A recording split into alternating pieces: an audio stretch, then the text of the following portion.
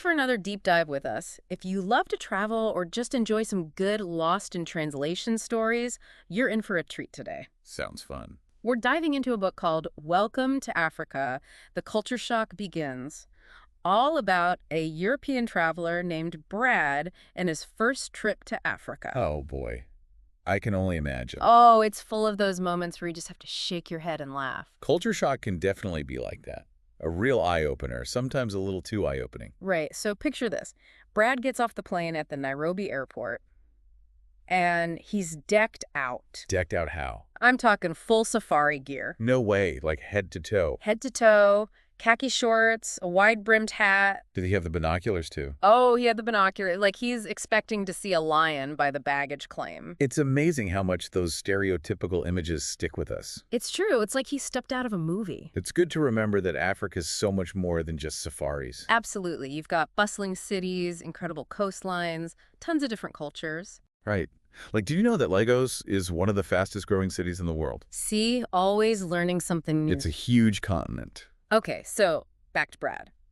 He's ready for an adventure. I bet. And of course, he's got to try the food. Oh, yeah, the food's an adventure in itself. So he orders some chicken, and he asks the server, how spicy can it be? Oh, no. Like he thinks he can handle anything. That's where things can go wrong so fast. Oh, yeah. Because spiciness in Africa, it really depends on where you are. Ah, so different regions, different spice levels. Exactly. Like if Yeah. you're in Ethiopia, they use Berberi spice a lot. Which is? It's a blend of spices that really packs a punch. Okay, so pretty spicy. Yeah.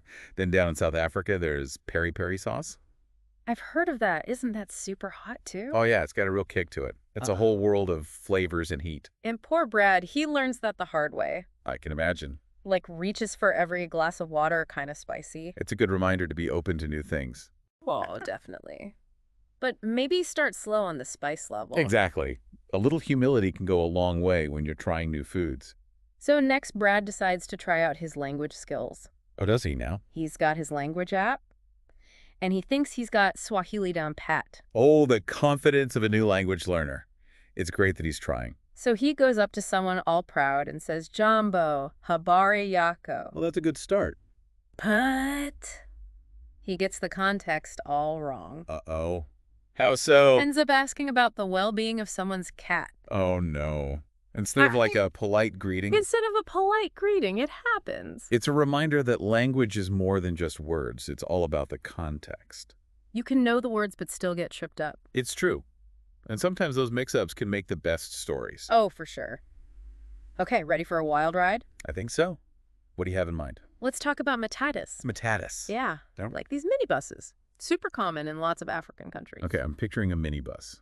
What's so special about them? Well, imagine it's packed with people, Okay, packed minibus. music blaring, Even better. and weaving through traffic like you wouldn't believe. That sounds a little intense. Oh, it's an experience. So Brad decided to take a Matatu. He did, and he was not prepared for it. I bet not. For someone used to maybe, more organized public transport. I can just see him holding on for dear life.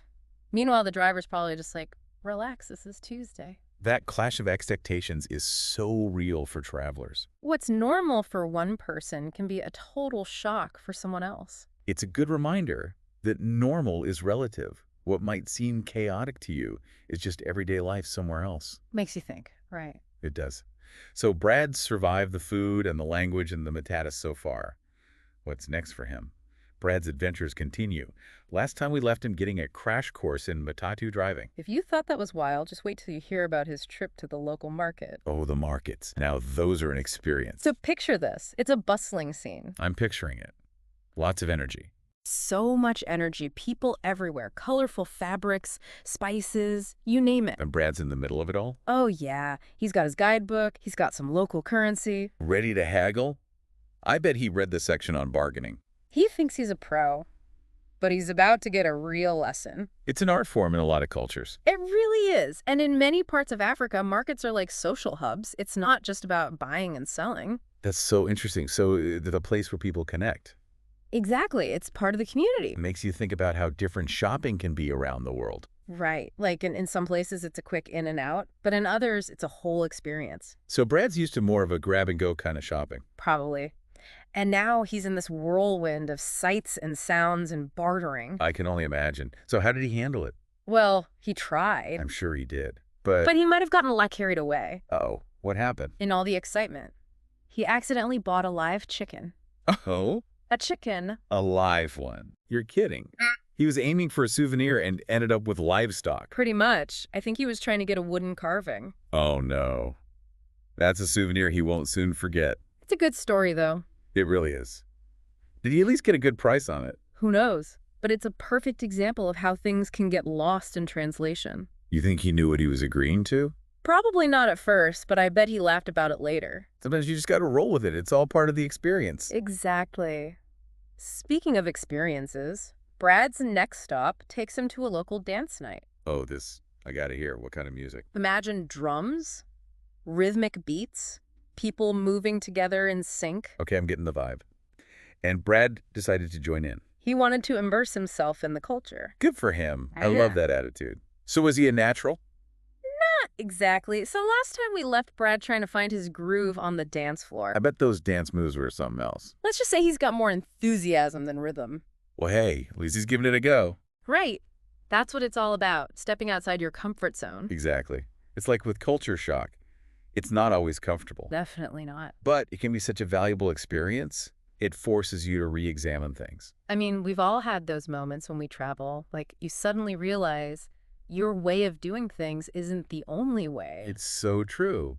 It's like you're seeing the world with fresh eyes. And sometimes it's funny. Oh, yeah. Sometimes you just got to laugh at the situation. Like Brad with his safari gear at the airport. Or accidentally buying a chicken.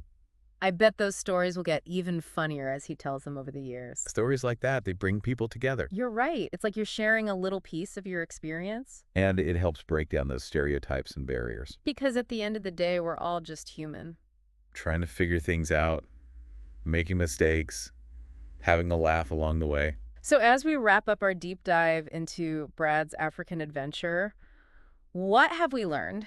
I think the biggest thing is the importance of approaching travel with a sense of curiosity. Curiosity and And humility. Being willing to admit you don't have all the answers. being open to new ways of doing things. Exactly. And most importantly, Don't take yourself too seriously. right, the world's full of surprises. And sometimes the best thing you can do is just laugh along with them. Well said. That's all the time we have for today. Thanks for joining us on our deep dive. Safe travels, everyone.